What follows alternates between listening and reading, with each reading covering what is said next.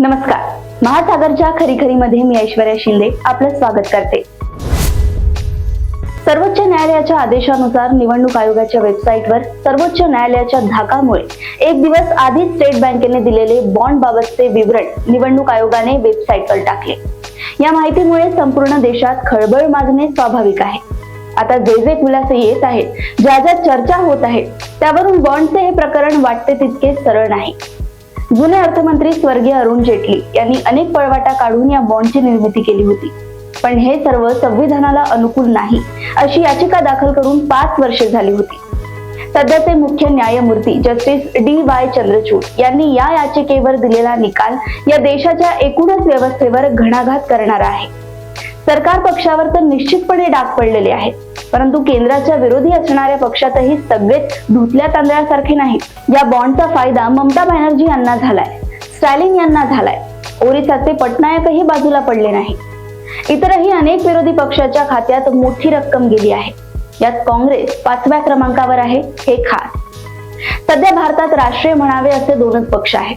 यामध्ये एक भारतीय जनता पक्ष आणि दुसरी काँग्रेस आहे. भारतीय जनता पक्षाच्या तुलनेत काँग्रेस अत्यंत मागे आहे. आता सोमवारी सर्वोच्च न्यायालयात या प्रकरणी पुन्हा सुनावणी आहे. स्टेट बँकेने बॉन्डचे संपूर्ण आकडे दिले नाहीत, तसेच या बॉन्डचे क्रमांकही पुसून टाकलेले आहेत. यावर सोमवारी सर्वोच्च न्यायालयाचे घटनापीठ कोणते आदेश देते हे सांगण्याची गरज नाही. हे घटनापीठ निश्चितपणे स्टेट बँकेला फटकाविणार आणि त्यामुळे सरकारची उरली सुरली इज्जतही जशी पणाला लागणार आहे, तशीच विरोधी पक्षातील कुणाकुणाचे किती आणि कसे फायदे झाले याचेही आकडे बाहेर येतील. आपला भारत थंड डोक्याच्या जनतेचा देश आहे. तसे पाहिले तर हे प्रकरण बोफोर्स पेक्षा लाख पटीने मोठे आहे. एका बोफोर्स पायी राजीव गांधी यांना दुसऱ्यांदा फटका बसला होता. आता या प्रचंड प्रकरणाचा सरकारवर किती परिणाम होतो हे बघायचे आहे. अशा अनेक कंपन्या आहेत की ज्यांच्यावर ED, CBIचे छापे पडले, त्यांच्याकडून कोट्यवधी रुपये जप्त झाले आणि अशाच कंपन्यांनी 400 ते 500 कोटी रुपये या बॉन्ड मध्ये टाकले आहेत. आता सोमवारी जेव्हा संपूर्ण माहिती बाहेर पडेल तेव्हा किती शेल कंपन्या आहेत, किती विदेशी आहेत आणि या कंपन्या कोणकोणत्या मोठ्या कंपन्यांचे बाय प्रोडक्ट आहेत हेही बाहेर येणार आहे. मुख्य मुद्दा असा की ऐन निवडणुकीच्या तोंडावर झालेला हा बॉन्ड स्फोट पंतप्रधान मोदीजी कसा परतवून लावतात हेच भारतीय जनतेला आता बघायचे आहे. सध्या आपण परिवारवादाचे दुर्गुण आणि गॅरंटी शब्दाचा सगुण अनुभवित आहोत. स्टेट बँकेचे हे प्रकरण निश्चितपणे महागंभीर आहे. महाराष्ट्राचे माजी मुख्यमंत्री AR अंथुले यांनी सिमेंटच्या बदल्यात इंदिरा प्रतिभा प्रतिष्ठान या ट्रस्टसाठी किरकोळ देणग्या घेतल्या होत्या. त्यामुळे त्यांना आपले पद गमवावे लागले. पुढील 15 ते 20 वर्षे त्यांना राजकीय विजनवाद सहन करावा लागला होता.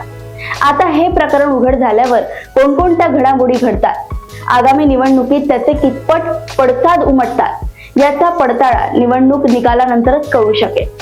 आजही संपूर्ण भारतात भारतीय जनता पक्षाची जवळजवळ 30% मते काही झाले तरी त्यांनाच मिळतात. त्यात फारशी घट होत नाही. विजयासाठी गेल्या निवडणुकीत त्यांना 37% मतांनी तारले होते, पण तेव्हा विरोधी पक्ष एकवटलेले नव्हते. आता या सरकारची 10 वर्षांची अँटी इन्कम्बन्सी तसेच भारतीय जनता पक्षाला अनेक राज्यातून मिळालेला जवळजवळ 90% यशाचा आलेख टिकून राहील की नाही हेही बघावे लागेल. स्टेट बँकेच्या विरुद्ध सर्वोच्च न्यायालय कोणती कारवाई करते याचाही मतदारांवर परिणाम होऊ शकतो. एकूणच हे प्रकरण वाटते तितके सोपे नाही. याला अनेक कंगोरे आहेत. आता आज निवडणुकीच्या तारखांची घोषणा होणार आहे. त्यामुळे आता सर्वच राजकीय पक्ष निवडणुकीच्या गुंगीत गुंग होती. त्यामुळे पुढील काळात कोणाची पुंगी वाजते हे आता आपल्याला बघायचे आहे. अशाच राजकीय घडामोडी व अपडेट सोबत पुन्हा भेटूया महासागरच्या खरीखरीमध्ये. बघत रहा महासागर. आणि अजूनही तुम्ही आमच्या चॅनलला लाईक आणि सबस्क्राईब केलं नसेल तर लगेच लाईक आणि सबस्क्राईब करा आणि बघत रहा महासागर. नमस्कार.